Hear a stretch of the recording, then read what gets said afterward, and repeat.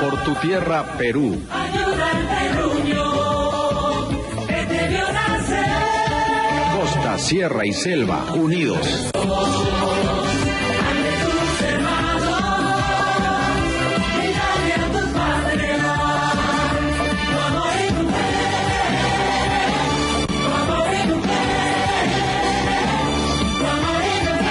El Perú eres tú. Haz mejor tu labor y tendrás un Perú mejor. Lucha con firmeza para conservarla. Romper el futuro y tu porvenir. Me avisa ya para entrar con eso.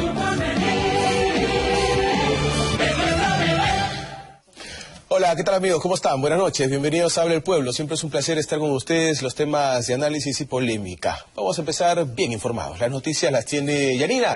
Yani, bienvenida. ¿Qué tal? Muy buenas noches. Así es, Pepe. Rápidamente vamos a conocer las noticias más importantes de hoy. La Comisión de Energía y Minas del Congreso aprobó por 9 votos a favor y 5 en contra insistir con el proyecto de ley que fue observado por el presidente de la República y que permite que Petroperú explote el lote 192 ubicado en la región Loreto. La Comisión de Fiscalización del Congreso citará a la primera dama Nadine Heredia para que responda por las 4 agendas con información financiera que se le atribuyen. La Fiscalía solicitó 9 meses de prisión preventiva contra 3 dirigentes que participaron en los disturbios contra el proyecto minero Las Bambas en Apurímac, que permanecen detenidos en seguridad del Estado. Ellos son acusados por disturbios y tenencia ilegal de armas. El presidente del Jurado Nacional de Elecciones, Francisco Tábara, solicitó una reunión con los integrantes del Consejo Directivo del Congreso y con los voceros de las bancadas para discutir las reformas políticas y electorales pendientes que al parecer el propio Congreso solo piensa posponer. La ministra de Energía y Minas, Rosa María Ortiz, solicitó a la mesa directiva del Congreso poder presentarse ante el Pleno para explicar la situación que se vive en Apurímac y Cusco por los enfrentamientos desatados por el proyecto minero Las Bambas. Y esas fueron nuestras noticias. Adelante, Pepe. Muy bien, muchísimas gracias. Y nosotros agregamos algo que ocurrió hace pocos minutos en el Congreso de la República, ¿no? Se ha discutido y se ha aprobado que la Comisión de Fiscalización del Congreso tenga poder de investigar el tema de las agendas y que cite a la primera dama de la República. Tenían que exponer los ministros de Estado, llegaron varios al Congreso, estaban listos para exponer, pero la propia bancada oficialista comenzó a dar una serie de gritos y golpes a las curulas, los carpetazos que le llamaban antes en la época prista, ¿no es cierto?, exigiendo que se toque el tema del lavallato. Como este no se tocaba, no permitieron que sus propios ministros de Estado expliquen por el tema de Apurímac, el tema de las Bambas y las 4 personas que han fallecido. Se ha dado un receso, vamos a ver qué pasa en los próximos minutos, vamos a continuar informando minuto a minuto lo que pasa en el Parlamento sobre este tema. Señores, vamos a ver cuál será el tema a discutir en nuestro primer bloque aquí en Habla el Pueblo.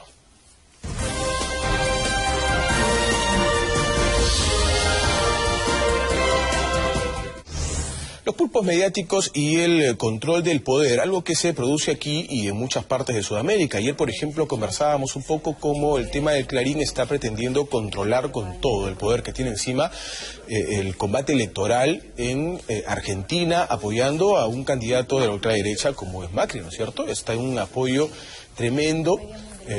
Y vamos a ver qué es lo que piensa nuestro panel sobre lo que pasa no solo en Argentina, también en Ecuador, en Bolivia, en Perú. El tema es bastante interesante y nuestro panel tendrá que analizarlo. Empezamos por el doctor Marcos Iaceta, que está esta noche con nosotros. Bienvenido, doctor. Bueno, ya no tan bienvenido, porque yo soy de la casa. Pero siempre bienvenido. Si sea de la casa no quiere decir que sea malvenido. Estoy a gusto aquí. Vamos a plantearlo desde 2 perspectivas, porque el universo se mueve en base a dicotomías y a antípodas. Alguien quiere poder.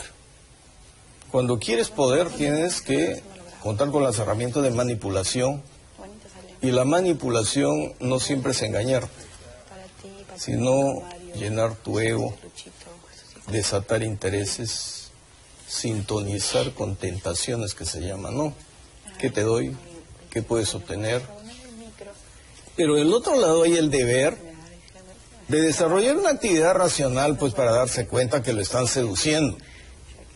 Ahora todos me dirán, pero eso no se puede. Sí se puede, pues el problema es que en la humanidad, cuando se quiere seducir a otra persona, ¿por dónde comienzas? Primero por hablarle bonito, preguntarle su nombre, invitarle a salir, llevarle a comer y en la cena llenarle de los licores más exquisitos, pero le estás embutiendo de alcohol. ¿Eh? Al embutirle de alcohol, tu elemento somático desata instintos. Entonces tenemos una confrontación en que hay quien quiere poder manipulándote y hay otro que se deja manipular. Por lo tanto, aquí el asunto está. ¿Cómo trabajamos desde el Estado, desde la sociedad, cuando alguien tiene tanto poder mediático que te puede manipular por todos lados para que desarrolle su actividad racional? Porque acá nos gusta decir, me han engañado, siempre somos las víctimas. Es como una joven seducida, me han engañado, o a ti te toman el pelo un estafador, me han engañado. Oye, eso no es respuesta. Sí, pues.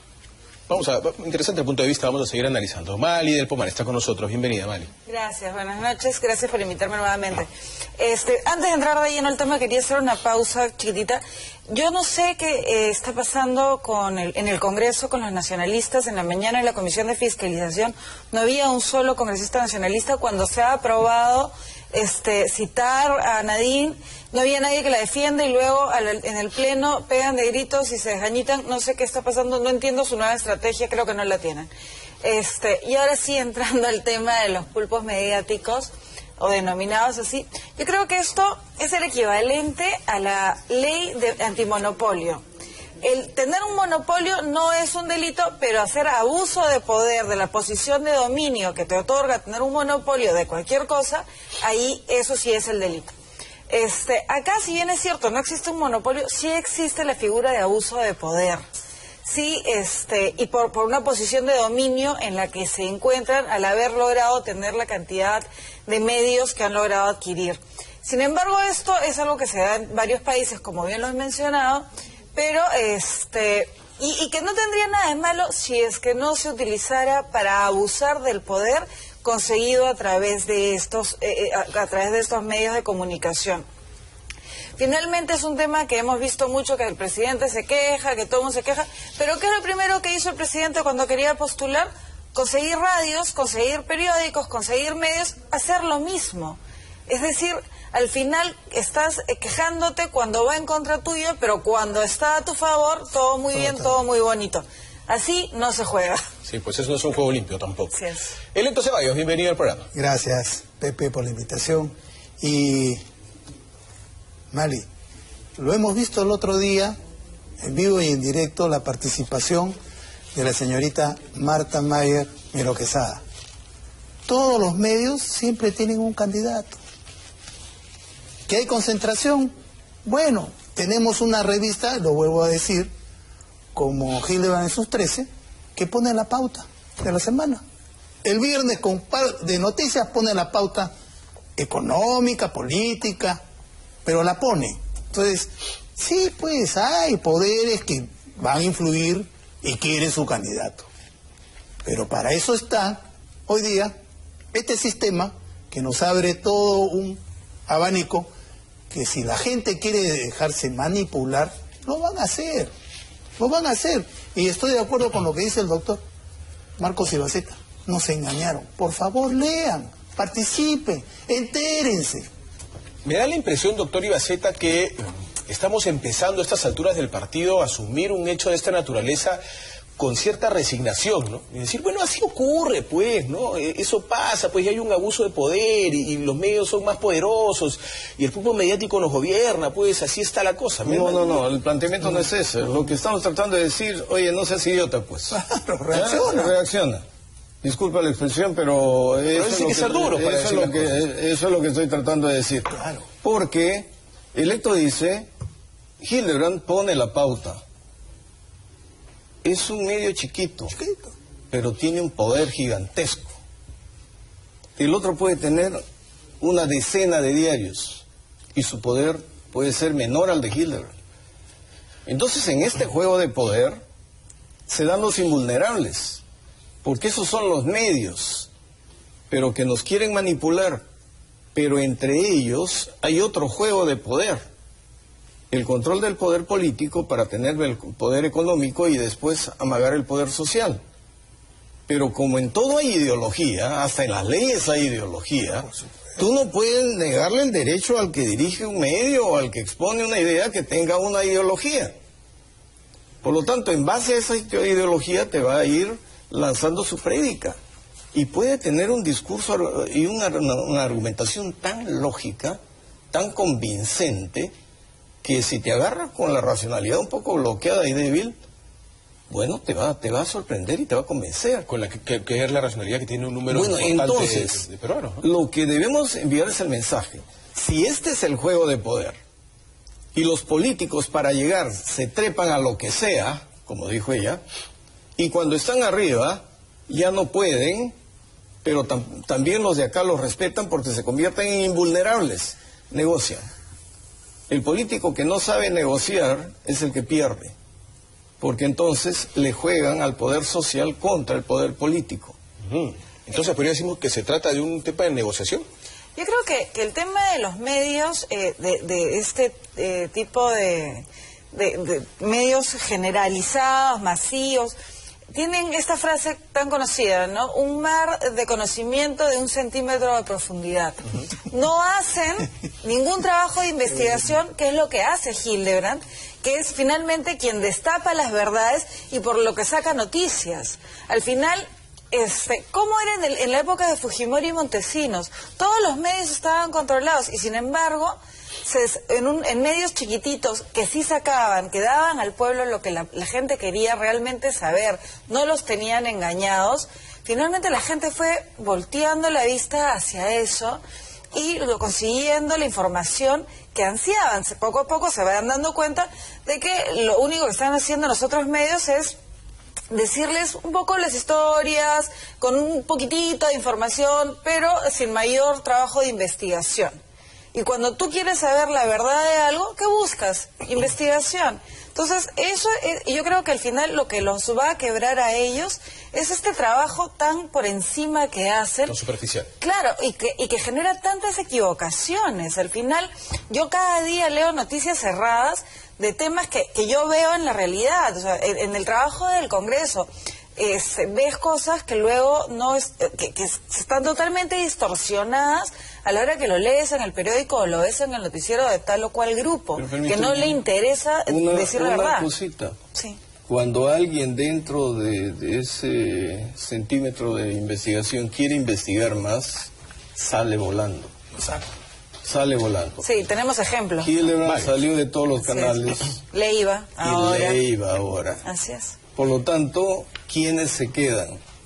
Los que simplemente hacen correr la pelota, ¿ya? Pero el que quiere investigar es expulsado rápidamente del sistema. Ahora, y estamos hablando aquí, señores, ustedes han mencionado el tema de Hildebrand, pero no podemos negar que existe un conglomerado que está intentando cargarse el poder. Por eso tiene el 80% de la prensa escrita, tiene varios canales de televisión, tiene arreglos con radios, porque significan poder. Pero no solamente ocurre en el Perú, como yo les decía, ¿no es cierto? Sí, antes de presentar el video, ¿me permites para mostrar cómo esto ocurre en otras partes también de nuestra frontera? Por ejemplo, ¿qué piensa el presidente de Bolivia, Evo Morales, sobre este tema de los medios de comunicación y la prensa en su propio país? Vamos a escucharlo. Por ahí, aquí hay un terrorismo mediático. Por ejemplo, el día sábado, espero no equivocarme, estaba en la localidad de Camiri, llego al Coliseo, la gente repleto, pasó el acto. Al terminar el acto escuché algunos petardos. Acabé el acto, agarré la movilidad para trasladarme al aeropuerto y retornar a la ciudad de Cochabamba. Y ya que la radio escucha una emisora, dice: el pueblo camireño no permitió que llegue Evo Morales, el presidente, a Camiri. Y me causaba risa. Y pregunta al comandante del regimiento de la región cuánta gente había lanzado petardos. No pasaban 20 muchachos que llegaron de Santa Cruz. Primer día de la presidencia, diría, intentaron como crear un conflicto económico. Hablaban de corralito bancario, de corrida bancaria. Me acusan de asesino para expulsarme del Congreso Nacional. Bueno, pasó esa historia. Llego de dirigente a presidente, peor todavía. Asesino, narcotraficante, CNN ahí, poniéndome la foto de Evo Morales y la foto del presidente de Irán. Dice, ahí está la alianza del narcotráfico y el terrorismo. Entonces son campañas, una guerra sucia permanente.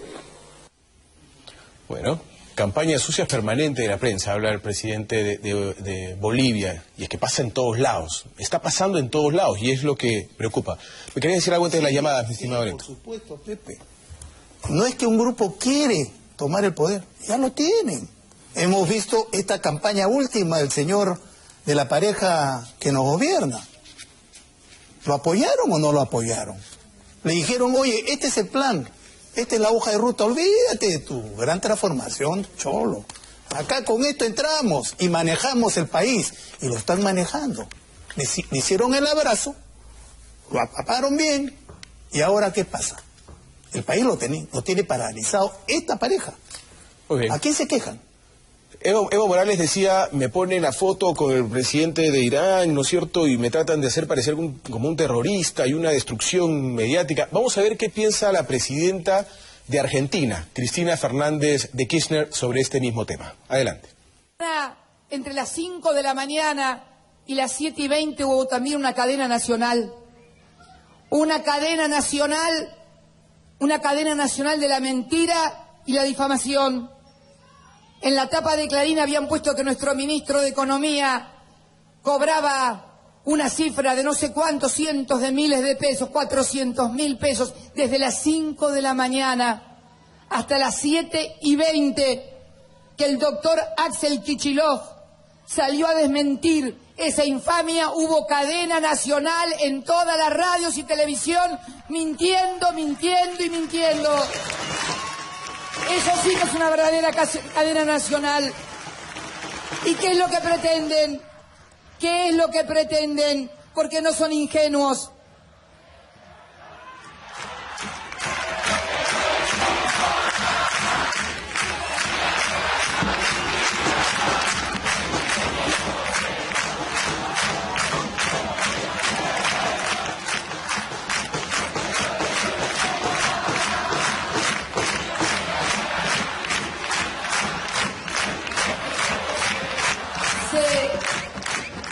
Sé muy bien lo que pretendían: envenenar a la gente, llenarla de odio, porque claro, los trabajadores y las empresas están discutiendo paritarias, y entonces aparecía el ministro. Bueno, el ministro podría cobrar sueldo como director de YPF y sería absolutamente legal.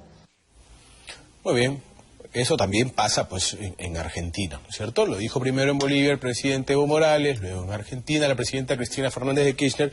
Por supuesto el pueblo argentino tendrá que evaluarlo, pero hay una división clarísima de los grandes medios que apoyan alguna direccionalidad, como el caso de Clarín, que apoya a la derecha de Mauricio Macri. Sin embargo, en las primarias, Scioli se ha llevado con 39% y más estas elecciones, y el 25 de octubre va a ser la votación final, generales, las presidenciales, y vamos a ver quién se la lleva, pese al golpe de uno y otro medio de comunicación. Más adelante vamos a escuchar al presidente Rafael Correa de Ecuador también hablando sobre este tema. Me avisa si tenemos llamadas telefónicas o vamos primero con el presidente de Ecuador. Vamos primero con el presidente de Ecuador, Rafael Correa, a ver qué piensa de este tema también. Adelante. Veamos un ejemplo extremo, pero representativo, de la calidad ética y profesional del periodismo y de ciertos periodistas. No voy a generalizar, hay grandes periodistas, pero de ciertos periodistas, lamentablemente con mucho poder, ecuatorianos. Me refiero cuando en los primeros días de septiembre del año pasado tuve que realizar un viaje privado durante 12 días a Europa. El inefable Emilio Palacio, ex jefe de opinión de Diario El Universo, jefe de opinión de Diario El Universo, el diario más vendido del país, abierto enemigo del gobierno, y hoy autoexiliado en Miami, probablemente huyendo de su propia conciencia, publicaba en Twitter una de sus tantas mentiras. Y sí, todavía está en Twitter ahí, sí está. Correa sabe, esto era septiembre del 2012, que está en un momento difícil. Fue a Bélgica también con el objetivo de prepararse para huir en caso de una derrota. La verdad es que fue a Francia a instalar a mi hija mayor en la universidad, ya que se había ganado una beca de estudios en dicho país.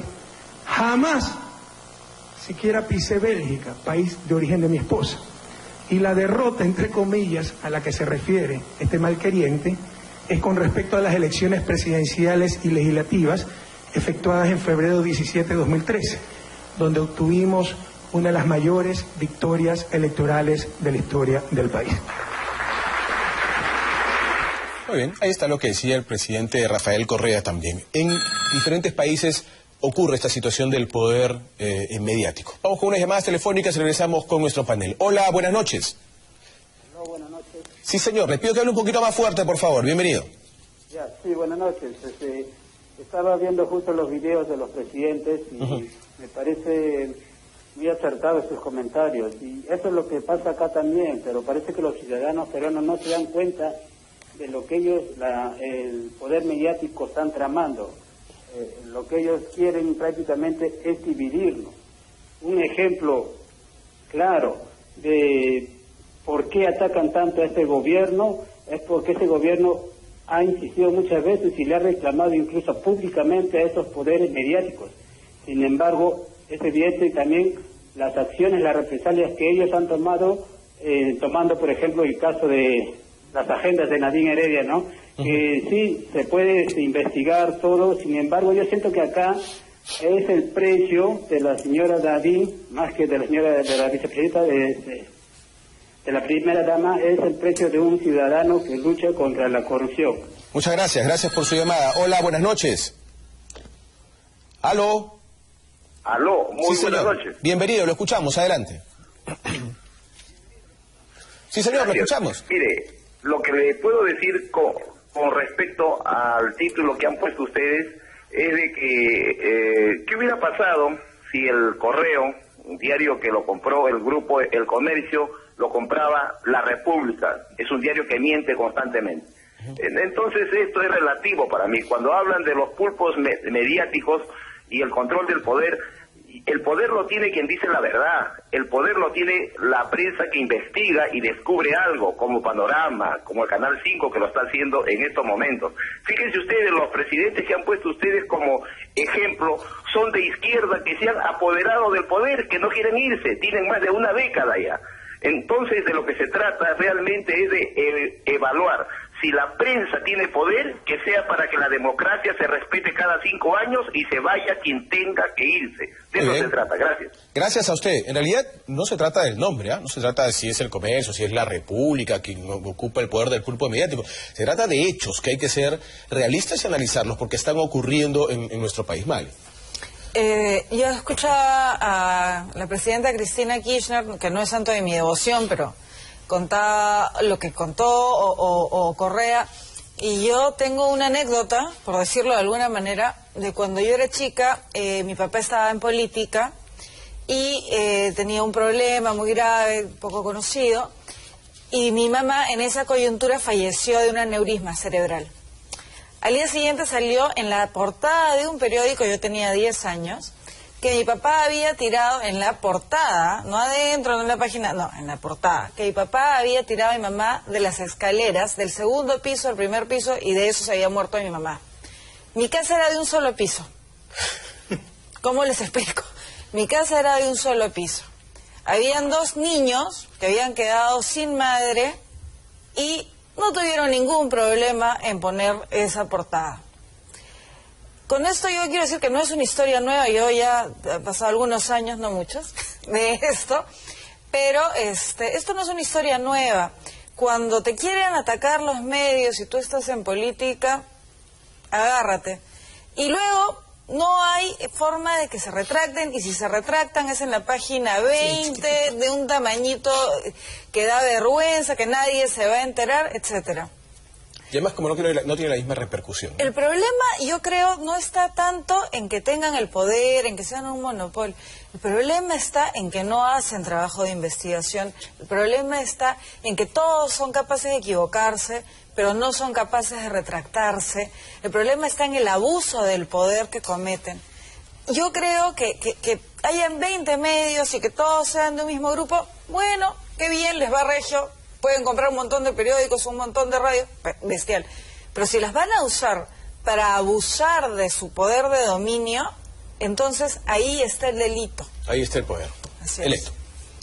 Bueno, insisto en esa entrevista telefónica, la participación de la señorita Marta Mayo Miro Quesada, cuando dijo, y también inventan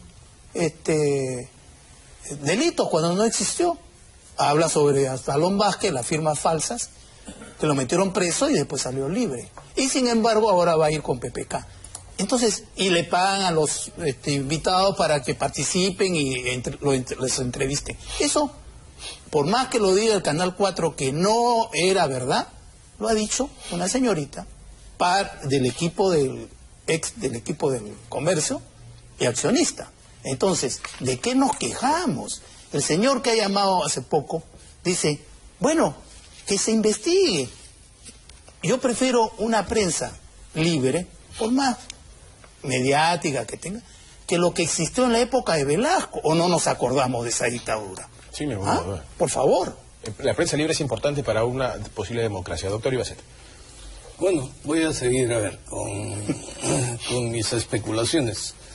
Dije que hay ideología, se quiere tener un control político, porque por eso se fortalecen más para manipular, y teniendo el control político, el control social, pero no olvidemos algo, pues, si son un grupo mediático, es porque son el mascarón de proa de un consorcio, de una corporación. Entonces, el interés es económico. Al estilo de Clarín en Argentina. Por lo tanto, si en lo político los invulnerables empiezan a pelear, el que quiere poder político para controlar sus intereses económicos, pero el del frente quiere poder político, se va a pelear con los medios. Y va a ser una guerra a muerte, como en Ecuador, que el presidente demandó por 80 millones de no sé cuánto de indemnización. En Argentina es una guerra a muerte entre ellos, y la población está mirando cómo los invulnerables se matan entre sí, pero ¿quién defiende los intereses de la población? Por eso es que en el Perú vemos que los medios de comunicación y las fuerzas políticas están en una guerra permanente de desgaste, de desprestigio, pero políticas de Estado no hay. No sentimos al gobierno, no sentimos al poder político, y más bien sentimos que somos objeto de manipulación por todos los sectores, hacia todas las dimensiones. Es que es negocio, evidentemente, tener a los políticos debilitados, ¿no? Si es que tú tienes detrás de tus periódicos empresas que necesitan o que quieren crecer, digamos, de mala manera, es buen negocio tener a los políticos o a cualquier persona que tenga capacidad o digamos, poder para frenarlos un poco, tenerlos debilitados. Es negocio, de todas maneras. Sin duda.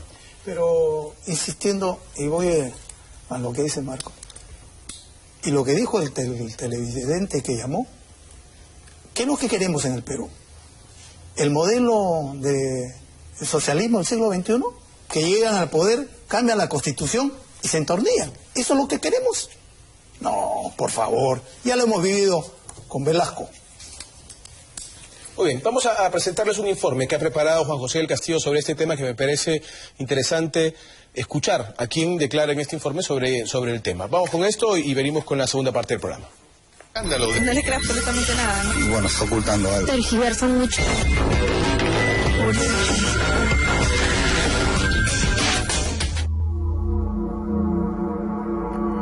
Tener control sobre la opinión pública es controlar la política y por lo tanto el dinero público. No es extraño entonces que en el Perú, el grupo mediático de El Comercio, con presencia en la televisión, prensa escrita y radio, tenga también grandes intereses económicos que dependan de la inversión pública, es decir, dinero de todos los contribuyentes. No hay que olvidar que la prensa concentrada controla el 80% de la lectoría y de la publicidad, ¿no? Y además esa prensa concentrada tiene propiedad cruzada con la televisión, ¿no? El canal más importante, señal abierta, el 4, y uno de los canales de cable, el 8. La influencia es, digamos, sobre la cúpula del poder, sobre la agenda pública, y vía eso, digamos, en las políticas públicas. El MEF decide todo. El MEF es el gran poder. Son gente totalmente vinculada a la CONFIEP, ¿no? Son personeros de la CONFIEP en el Estado. Los vínculos del pulpo mediático con los grandes grupos económicos y el poder estatal son evidentes, lo que explica el interés del mismo por mantener el control de la opinión pública. No te olvides que el expresidente de la CONFIEP era un García Miró, que era accionista del comercio. O sea, el comercio hoy no solamente es un proyecto periodístico, es un proyecto empresarial, digamos, que ha entrado a todos los campos, ¿no? Es un gran poder económico, o sea, los Graña están metidos ahí, ¿no?